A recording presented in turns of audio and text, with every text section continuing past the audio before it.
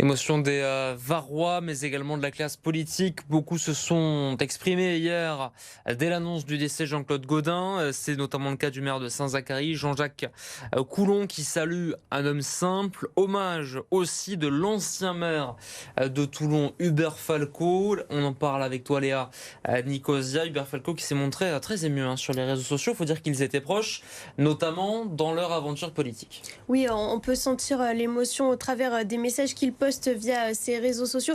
Hubert Falco qui rappelle le début de leur amitié 1988 à l'Assemblée nationale alors qu'il n'était encore qu'un jeune député. Il est accueilli par Jean-Claude Gaudin, président du groupe UDF. C'est là qu'une relation de confiance s'installe entre les deux hommes.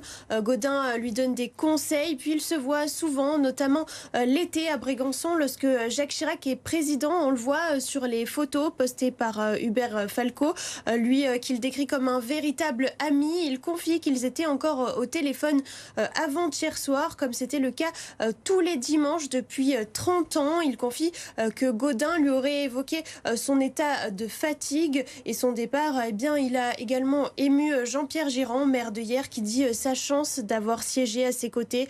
Il a su jouer un rôle politique national tout en conservant la faconde et l'accent des méridionaux, écrit-il.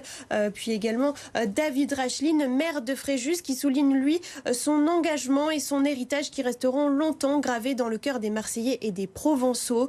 Puis bien sûr Renaud Muselier, président de la région Sud, que l'on voyait aussi sur les clichés partagés par Hubert Falco, très souvent aux côtés de Gaudin, il a publié quelques lignes pour exprimer son malheur hier, journée de Pentecôte.